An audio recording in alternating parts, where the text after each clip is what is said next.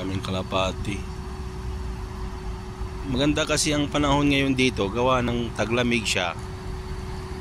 Ayan, ito yung ano, nakita nyo yung maliit na yun, yung tinatawag nila na old fort, yung dating pinaka old nila na fort. Tapos yan, kaya dito marami siyang mga bangka na nasisira na, yung mga lumang bangka. Yan, papunta yan doon, may mga lumang bangka na yan doon. Tapos ayan, ano kasi siya ngayon, low tide, pero pag nag high tide yan, maganda siya tingnan.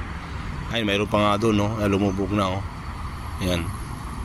Ayan. Doon tayo pupunta, guys, doon tayo pupunta sa Arad, yung Arad na yon, kasi umikot lang tayo. Tapos yan, yan, madaanan natin yan, kasi dito doon kasi yung tulay eh, kaya doon tayo dumaan. Kaya umano muna tayo, kumbaga dito tayo nang galing, tapos highway, umikot lang tayo dito, dumaan lang, tapos maya maya batsi na tayo, kasi wala namang gawin tayo sa trabaho, kaya medyo relax muna tayo ngayon.